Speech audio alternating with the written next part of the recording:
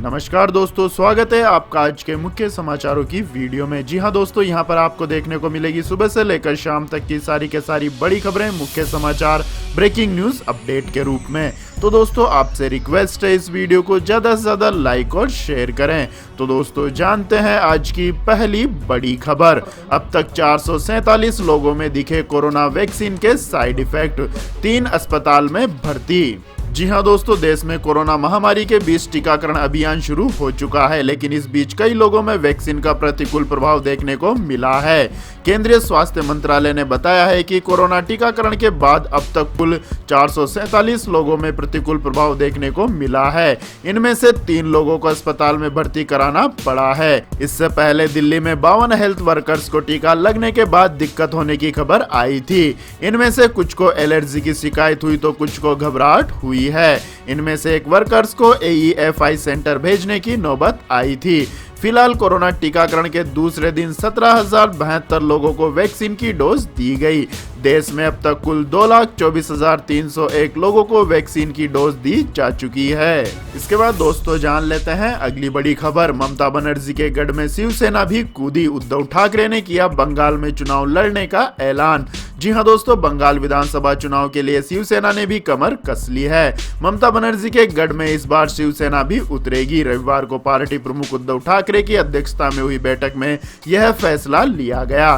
शिवसेना के वरिष्ठ नेता संजय राउत ने कहा है कि हमने पश्चिम बंगाल विधानसभा चुनाव लड़ने का फैसला किया है। हम जल्द ही कोलकाता पहुंच रहे हैं। शिवसेना के चुनावी ऐलान के बाद पश्चिम बंगाल का सियासी पारा बढ़ना तय है। एक तरफ भारतीय जनता पार्टी बंगाल में जहां पूरी ताकत के साथ मैदान में है, तो वहीं AIMIM ने बंगाल में चुनाव लड़ने की पहले ही घोषणा कर दी है। अब शिवसेना की एंट्री भी TMC के लिए नई आफत बन गई है। आपकी जानकारी के लिए बता दें दोस्तों, ममता बनर्जी के नेतृत्व वाली सरकार का कार्यकाल 30 मई को खत्म होने जा रहा है और इसी साल पश्चिम बंगाल में चुनाव होने वाले हैं। इसके बाद दोस्तों जान लेते हैं अगली बड़ी खबर। पश्चिम बंगाल में विमान बोस ने बढ़ाई TMC की टेंशन, बोले कांग्रेस के साथ लड़ेंगे चुनाव।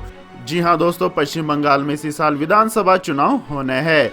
चुनावी तारीख का ऐलान भले ही न हुआ हो, लेकिन पश्चिम बंगाल की सियासी जंग हर रोज दिलचस्प होती जा रही है। सभी पार्टियां राजनीतिक अखाड़े में जोर शोर से ताल ठोक रही है। इसी बीच वाम मोर्चे के अध्यक्ष विमान बोस ने रविवार को बड़ा ऐलान किया है। उन्होंने कहा है कि हम भाजपा और TMC को हराने के लिए कांग्रेस पार्टी के साथ चुनाव लड़ेंगे। लेफ्ट के सीनियर लीडर विमान बोस ने कहा है कि ये बात एकदम साफ है कि लेफ्ट और कांग्रेस के बीच किसी तरह का कोई मतभेद नहीं है, इसलिए दोनों दल एक साथ सूबे में चुनाव लड़ने जा रहे हैं। इसके बाद दोस्तों रुक करते हैं अगली बड़ी खबर का। गणतंत्र दिवस पर दिल्ली में मार्च निकालेंगे किसान, ट्रैक्टरों पर लगाएंगे राष्ट्रीय ध्वज।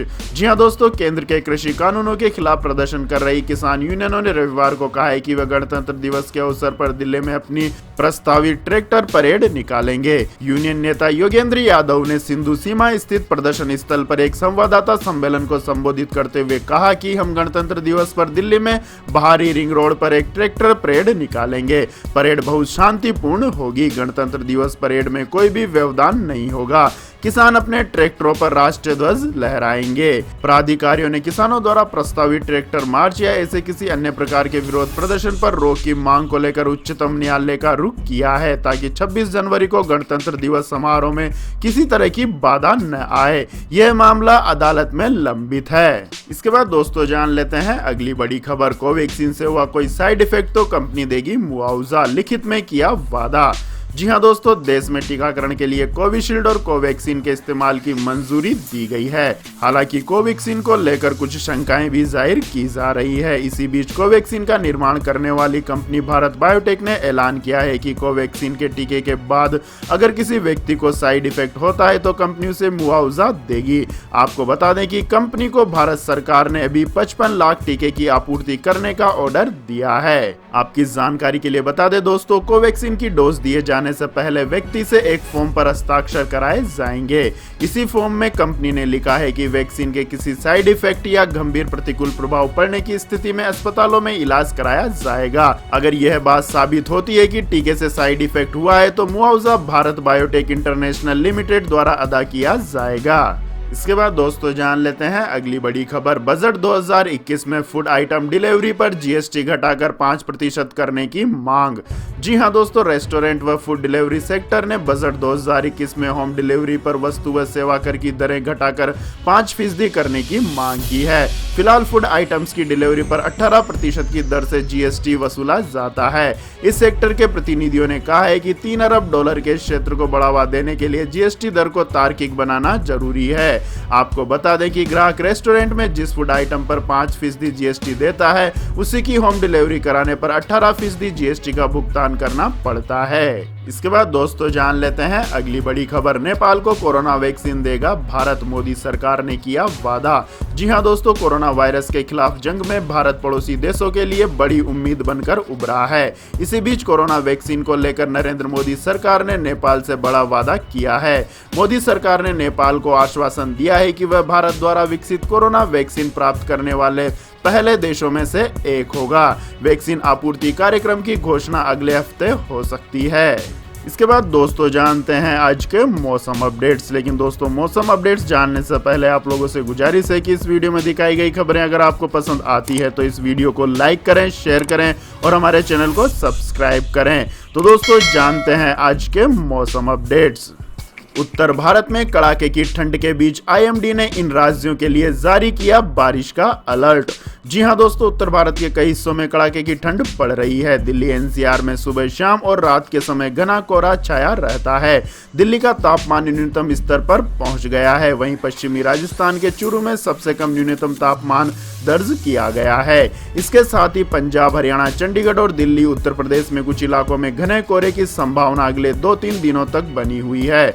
उत्तर भारत के मैदानी इलाकों में शीतलहर भी चल रही है। इससे न्यूनतम तापमान में और गिरावट होने की संभावना जताई जा रही है। बात करें दक्षिणी भारत के मौसम की तो यहाँ आईएमडी ने तमिलनाडु, पौंडीचेरी, केरल, तटीय आंध्र प्रदेश और कर्नाटक के आसपास के क्षेत्रों में अगले 2-3 दिनों यानी 19 जनवरी तक बारिश का अलर्ट जारी किया है। वहीं अभी तक पूरे तमिलनाडु राज्य में जनवरी की रिकॉर्ड बारिश दर्ज की गई है। जनवरी के दौरान तमिलनाडु में इस महीने में कुल बारिश 15.5 मिलीमीटर दर्ज की गई है। तमिलनाडु के 37 जिलों में 1 से 14 जनवरी के बीच जनवरी में सबसे अधिक बारिश हुई है। इसके बाद दोस्तों जानते हैं अगली बड़ी खबर। पेट्रोल डीजल पर टैक्स में रिकॉर्ड वृद्धि। चालू वित्त वर्ष में एक्साइज ड्यूटी कलेक्शन 48% बढ़ा। जी हां दोस्तों, कोरोना महामारी के कारण भले ही लगभग हर प्रकार के टैक्स कलेक्शन में कमी आई हो, लेकिन एक्साइज ड्यूटी कलेक्शन में चालू वित्त वर्ष के दौरान 48% की वृद्धि दर्ज की गई है। इसका कारण पेट्रोल और डीजल पर एक्साइज ड्यूटी दर में रिकॉर्ड वृद्धि है। हाँ, लेखा नियंत्रक से प्राप्त आंकड़ों के अनुसार अप्रैल-नवंबर 2020 के दौरान एक्साइज ड्यूटी का कलेक्शन 2019 की अवधि में 1,32,899 करोड़ रुपए से बढ़कर 1,96,342 करोड़ रुपए हो गया है। एक्साइज ड्यूटी कलेक्शन में यह वृद्धि चालू वित्त वर्ष के 8 महीने की अवधि के दौरान डीजल की बिक्री में 1 करोड़ टन से अधिक की कमी के बावजूद हुई है। इसके बाद दोस्तों जानते हैं अगली खबर। सोने में 7,000 रुपए तो चांदी में 12,500 रुपए से ज्यादा की गिरावट। जी हां दोस्तों, कोरोना संकट के बीच लॉकडाउन के दौरान हर सेक्टर में मंदी का रुख बना हुआ था। इस दौरान सोने चांदी की कीमतें हर दिन आसमान छू रही थी। लॉकडाउन में ढील के बाद जब आर्थिक गतिविधियों में सुधार हुआ, तब भी लोग गोल्ड को सबसे सुरक्षित विकल्प मान रहे थे। ऐसे में अगस्त 2020 को सोने और चांदी की कीमतों ने अपना सर्वोच्च स्तर छुआ। इसके बाद जैसे जैसे हालात सुधरते गए, वैसे वैसे निवेशकों ने निवेश के दूसरे विकल्पों का रुख भी करना शुरू कर दिया। कोरोना वैक्सीन को लेकर अच्छी खबरें भी आने लगी। इससे दोनों कीमती धातुओं की कीमत में उठापटक का दौर शुरू हो गया। अगस्त 2020 से अब तक गोल्ड की कीमतों में 7,000 रुपए प्रति 10 ग्राम से ज्यादा की गिरावट दर्ज की जा चुकी है। वहीं चांदी भी अपने सर्वोच्च से 12,500 रुपए प्रति किलोग्राम से ज्यादा गिर चुकी है। इसके बाद दोस्तों जान लेते हैं अगली बड़ी खबर। यूएस ने उठाया कोरोना वायरस के राज से पर्दा। वुहान की लैब में चीन बना रहा था बायो वेपन। जी हां दोस्तों, कोरोना वायरस की शुरुआत कहां से हुई, यह दुनिया में कैसे फैला, इस बात का पता लगाने के लिए विश्व स्वास्थ्य संगठन की टीम चीन के वुहान पहुंची है।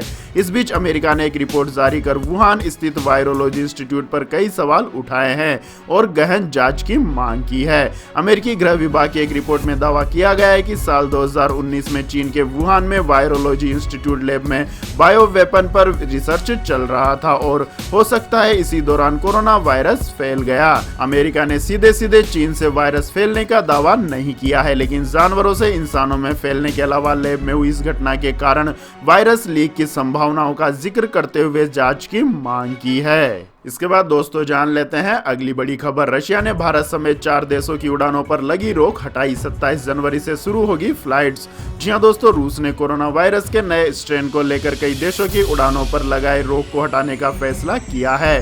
रूस सरकार ने कहा है कि भारत, फिनलैंड, वियतनाम और कतर की फ्लाइटों को 27 जनवरी से फिर से शुरू किया जाएगा। हालांकि इसके लिए कोविड-19 गाइडलाइन को मानना जरूरी होगा। इसके बाद दोस्तों जान लेते हैं अगली बड़ी खबर। बीजेपी एमएलए राम कदम ने वेब सीरीज तांडव के खिलाफ दर्ज कराई शिकायत। जी हां दोस्तों, वेब सीरीज तांडव को लेकर विवाद गहराता जा रहा है। महाराष्ट्र के बीजेपी विधायक राम कदम ने वेब सीरीज तांडव के निर्माताओं के खिलाफ शिकायत दर्ज कराई है। मुंबई के घाटकोपर पुलिस स्टेशन में हिंदू देवी देवताओं का अपमान करने को लेकर यह शिकायत दर्ज की गई है। बीजेपी विधायक राम कदम ने कहा है कि वेब सीरीज तांडव के एक्टर, डायरेक्टर और प्रोड्यूसर के खिलाफ सख्त कार्यवाही की जानी चाहिए। उन्होंने ट्वीट किया कि आखिरकार क्यों हर बार फिल्मों और वेब सीरीजों में हिंदू देवी देवताओं को अपमानित करने का काम किया जाता है, जिसका ताजा उदाहरण नई वेब सीरीज तांडव है। सैफ अली खान एक बार फिर ऐसी फिल्म या सीरीज का हिस्सा है जो हिंदू भावनाओं को ठेस पहुंचाती है। डायरेक्टर अली अब्बास जफर को सीरीज से भगवान शिव का मजाक बनाने वाला हिस्सा हटाना होगा और एक्टर जिशान अयूब को माफी मांगनी होगी। जब तक जरूरी बदलाव नहीं होते तब तक तांडव का बहिष्कार किया जाएगा। इसके बाद दोस्तों रुक करते हैं अगली न्यूज का। घर बैठे मिलेगी पीएनबी के ग्राहकों को बैंकिंग सर्विस। शुरू किया डोर स्टेप बैंकिंग ऐप। जी हां दोस्तों, देश के प्रमुख सरकारी बैंकों में शुमार पंजाब नेशनल बैंक ने अपने ग्राहकों के लिए डोर स्टेप बैंकिंग को शुरू कर दिया है। इसके लिए बैंक ने एक ऐप को भी लॉन्च कर दिया है। बैंक की वेबसाइट पर इस ऐप का लिंक भी मौजूद है। अब बैंक अपने ग्राहकों को कई तरह की बैंकिंग सेवाओं को घर पर ही उपलब्ध कराएगा। बैंक के डोर स्टेप बैंकिंग सुविधाओं के जरिए ग्राहक घर बैठे खाते से रकम निकालना और जमा करने के अलावा डिमांड ड्राफ्ट, लाइफ सर्टिफिकेट और इनकम टैक्स का भुगतान कर सकेंगे। इस सुविधा के जरिए जमा और निकासी संबंधित अधिकतम 10,000 रुपए तक की सेवा ली जा सकती है। तो यह थी दोस्तों आज की सभी महत्वपूर्ण बड़ी खबरें। और दोस्तों बारी आती है आज के माइंड क्विज क्वेश्चन की, जिसका जवाब देकर आप बन सकते हैं एक शानदार उपहार के विजेता। तो दोस्तों आज का सवाल है, प्रथम भारतीय अंतरिक्ष यात्री का नाम क्या है? जी हां दोस्तों, अगर आपको इस सवाल का जवाब आता है तो तुरंत कमेंट सेक्शन में लिख दीजिए। इस वीडियो को लाइक कीजिए, शेयर कीजिए और हमारे चैनल को सब्सक्राइब करके बेल आइकन का बटन भी दबा लें। धन्यवाद। जय हिंद, जय भारत, वंदे मातरम।